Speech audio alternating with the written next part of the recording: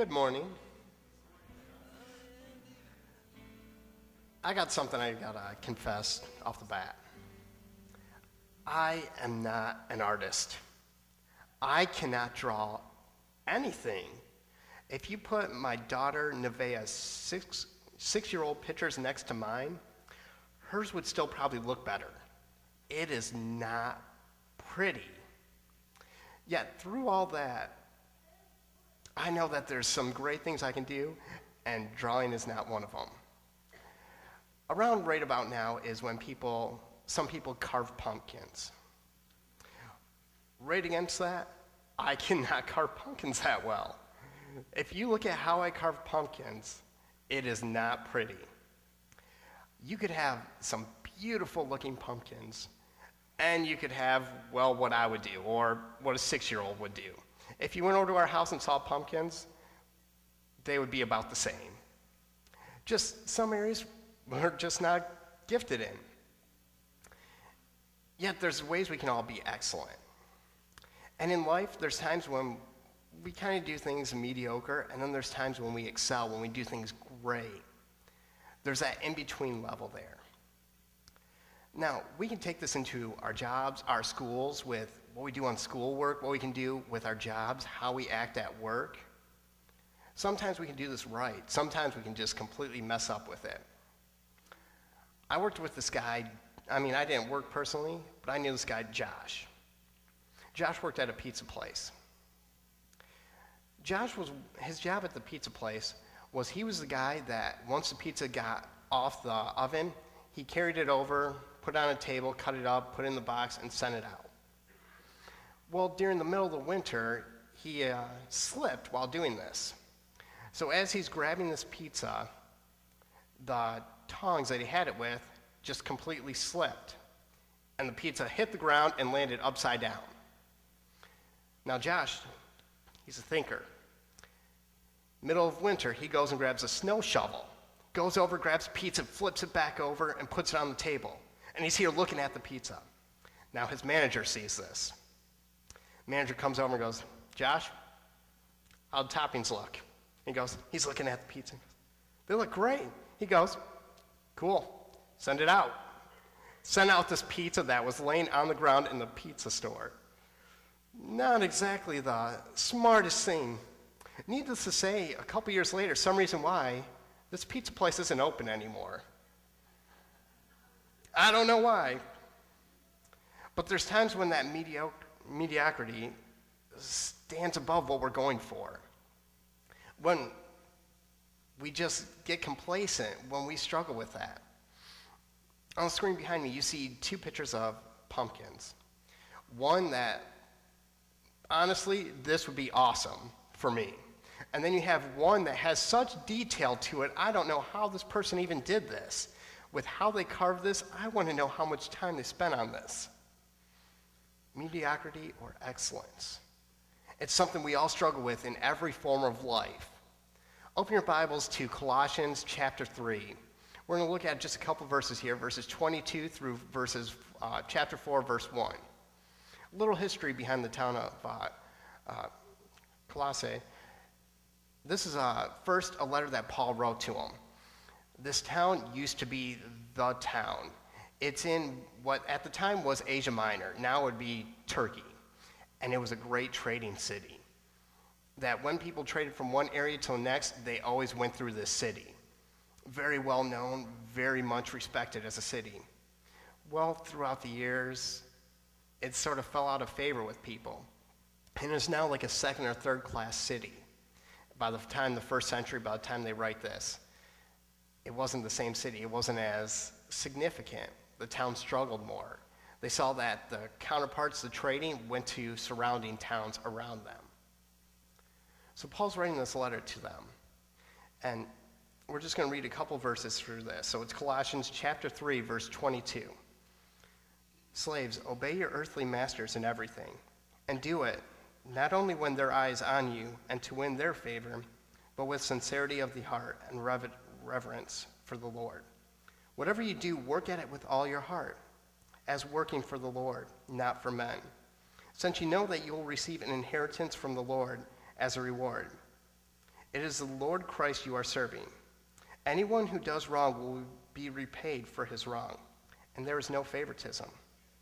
Masters, provide your slaves with what is right and fair, because you know that you also have a master in heaven. Now, breaking this down, going back to the start, slaves, obey your earthly masters in everything. Now, slaves, it can be translated in a couple different ways. It can be translated into slaves. It can be translated into servant.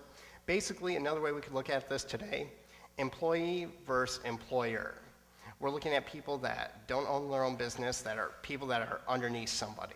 This could be a student to a teacher, a worker to a boss. But it goes beyond that. If you're thinking about this whole slave thing, you're like, man, am I really a slave? You could look at Proverbs 22, verse 7, where it says the borrower is slave to the lender. So this one hurts for me. If you owe student loans, you're a slave to the person you're lending those loans from. If you owe on credit cards, same thing. If you borrowed money from a friend and haven't paid them back yet, same exact thing, where we can stuck in this. So the first thing to think about, who is an earthly master to you? If you're looking at the sermon notes in the bulletin, who is an earthly master to you? Does one of these categories fall for you? Is one that just hits home with you of who an earthly master would be to you? It says, obey your earthly masters in everything, and do it not only when their eye is on you and to win their favor, but with sincerity of the heart and reverence for the Lord.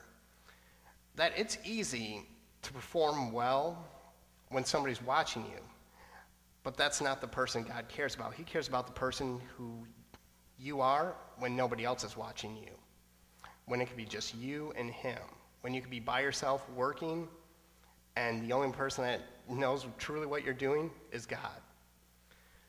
That we can get stuck into that thinking that, oh, the boss isn't around, we're fine. Our teacher left the classroom, he can't see what we're doing. That we can get into this idea. It says, but with sincerity of the heart and reverence for the Lord. That the way we act in our lives isn't for our benefit, it isn't to please somebody else, it's to please God. And this is a Christian way of looking at this. That if you're not a Christian, it doesn't have the same meaning. This is for people who are true followers of Christ. That how you're going to live your life. It goes on, whatever you do, work at it with all your heart as working for the Lord, not for men. The question here is, are you going to be mediocre or are you going to have excellence? Which one are you going to be with how you do your schoolwork, how you work in life? That this is often a huge struggle for us.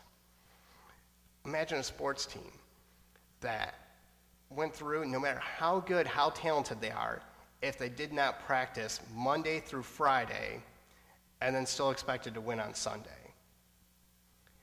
Not likely to happen, even if you're playing the Lions. You're not likely to beat them if you don't practice at all. If we don't practice, we're not going to be the best we can be. So we have the choice with how we act in our lives. Are we going to be mediocre or are we going to be excellent? And that's a choice that we struggle with every single day. Whatever you do, work at it with all your heart as for working for the Lord, not for men. Since you know that you will receive an inheritance from the Lord as your reward. It is the Lord Christ you are serving. Now, along with this, where do you get your reward from? Now, being a Christian, when do you get your reward? It is not guaranteed that you're going to get a reward by working great at your job. You will get passed up by a promotion. For a promotion, you will think that somebody else is more blessed than you. And it's a struggle to think this. I worked really hard. I did the best. I acted great. Why am I not getting the rewards here? And you could even take this home. There's a couple times where I'll do something around the house, and I think I'm doing something great for my wife, Haley, and expect to get something. Okay, I'm over here. I do the dishes for her. And we had a ton of dishes. We were gone for a while. We had a ton of dishes. So I go over, and I'm like, get home from work. I'm tired. I'm exhausted. I'm going to do the dishes for her. So she was gone, and I was like, I'm going to do the dishes and make the kitchen look great. And I did. The kitchen looked great. Haley comes home. I was expecting her to say something. Nothing. I was like, oh, she hasn't walked through the kitchen yet. Walks through the kitchen, grabs something out of the fridge to drink, walks back out. Still nothing. What is she looking at? The kitchen looks great. So finally, hey, Haley, did you see the kitchen? Oh, look good. I spent like an hour working in there, doing dishes, doing all this stuff. Well, I do that every other day. Oh.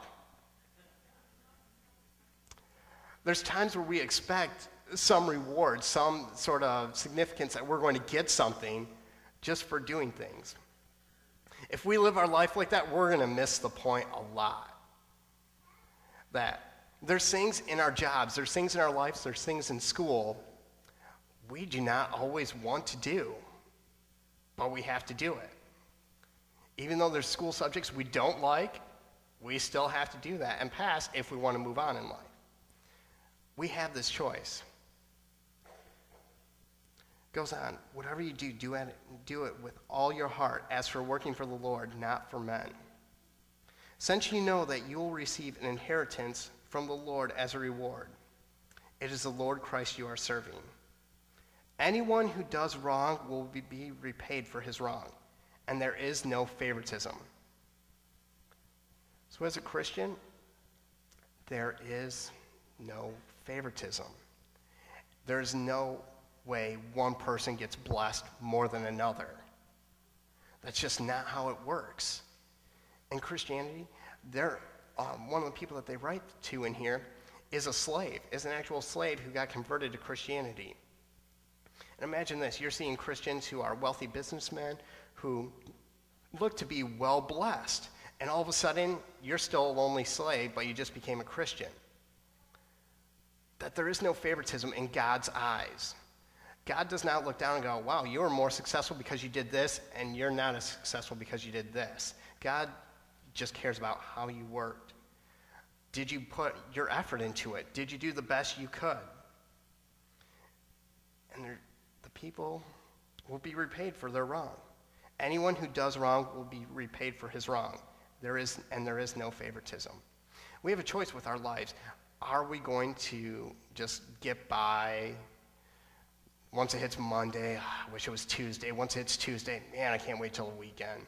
Once it's the weekend, man, I can't wait till Saturday night. Man, I can't wait till the Colts play on Sunday. That we can get so wrapped into just getting by that we don't exactly enjoy the day-to-day stuff that God blesses us with, that we're truly taken care of for. Because we're so focused on what could happen or something great that's in the future. If you're not going to be happy with who you are today, who you are tomorrow, you're not going to be happy by the time the weekend hits, you're not going to be happy when you get out of school, you're not going to be happy when you get that promotion at work. It doesn't work that way. There is no favoritism in Christianity. It goes on. Masters, provide for your slaves with what is right and fair, because you know that you also have a master in heaven. Now here, this is where it flips. The talk before this was really going into if you're an employee, if you're a student. Now the verse talks about, now the scripture starts talking about if you're the boss, if you're the teacher, if you're somebody that has people underneath you, how this changes. And this is what he says, provide for your slaves with what you know is right and fair, because you know that you also have a master in heaven. This is another way of saying this. Teachers, take care of your students. Bosses, care for your employees. Before I got into ministry, I worked several different jobs. And there's jobs that I love to go to work, that it was just fun to go to work. There's people that were just fun to be around. And they got the best out of me because you felt like you enjoyed being there. Then there's those bosses that just the clock could not go by quick enough, that it was just painful just being at work every single day, that it felt like every day took a whole week because of how this person made me feel or how he made all the employees feel. We have to get by those situations. If you're going through a situation like that, I'm sorry. But God doesn't necessarily bless us with how people act. Now, with this, if you're a boss, take care of your employees. Respect your employees, and you'll get a lot more work done out of them. Provide your slaves, provide your servants with what is right and fair, because you know that you also have a master in heaven. We have a chance in life to be mediocre. We have a chance in life to be excellent. I read this book, and the first quote in this book was, "Deliberate mediocrity is a sin." That if we're purposely going something and not putting our effort into it, that we're not truly blessing God, that we're just missing the point of what he wants to do with us. Now, there was a story of two ladies who could have just went by and just went through the motions, or they could do something different. There was two ladies that were part of their community, and this was a community that was full of alcoholics. They said that most people in this community started drinking at the age of 12, and it was a problem, and nobody was standing up to stop this. Finally, this lady, Lois, wanted to do something about it, and this lady, Maggie, watched her do something about it, and Maggie took it to the next level. But this is how it started. Maggie was babysitting for Lois and her kids every Tuesday night. They lived in a small community, and she said, what could she be doing on a Tuesday night? Every Tuesday night she's gone. Finally, one time after Lois takes off, Maggie grabs the kids, gets in her vehicle, and they follow her to where she goes. She ends up going to this one lodge. Nobody else is there. She goes up to the window and peeks through this window and just sees Lois sitting in a group of chairs with nobody else around her. So this was really odd, took the kids back home. Later on that night, Maggie goes up to Lois, hey, we followed you over here, and we saw you just sitting in a lodge by yourself. She goes, yeah. She goes, I'm running AA, Alcoholics Anonymous. She goes, well, nobody's there. She goes, one day there will be. Week after week, month after month, Lois made this commitment to do Alcoholics Anonymous for this community. Nobody showed up. First year, nobody showed up. Second year, nobody showed up. By the third year, a couple people started showing up. By the 10th year, the room was so full, there was only standing room. During that time, Maggie saw this and started to become more part of Lois and helping her out with this. But to start, they were ridiculed, they were made fun of in their community. Nobody liked them, nobody invited them to do things because they said, oh, we're going to be drinking, and they're not okay with that. So they were outcast in their community for doing something they fully believed in. People don't change overnight. And yet, they persisted. They stayed with it. After 2 years of no success, she stuck with it. And it took 10 years to completely change how people reacted, how people change, how they believed they could be more than mediocre. They said when things went wrong in their life, they just ended up drinking more. They started to change that, and the community started to change. They became healthier, they became better, they became happier. They wouldn't have known this if it wasn't for the work of Lois showing up every Tuesday night with nobody there for 2 years, and her just being persistent. We have a choice in life. Are we going to be mediocre with what we do, or are we going to excel with it? Now, there's certain things that I'm not an artist. If you look on the screen behind you, I am not the person that can make a beautiful looking pumpkin. There's people that can. We all have different gifts, abilities, strengths, weaknesses. Imagine if we focus on our strengths, how we could help people out, how we could be a better employee, how we could be a better student if we just tried. This week, you're going to have a new chance to be mediocre or to excel. To just go through the motions, and when a pizza hits the ground, you flip it back up on the table and try to send it out without anybody noticing, or to know that God's watching you and wants to see how you'll react in those situations. What are you going to do this week? How are you going to respond to that? Who is God calling you to be? Now, as we wrap up with this time, we always have a time of invitation. During this time, if you don't feel like you're right with God, something's bothering you, you can come forth and grab one of the elders, just grab somebody else in the room and talk with them. You can come forward and we'll pray with you and keep it completely confidential. If you never made a commitment to Christ or wonder what's that about, come forward as we sing this last song.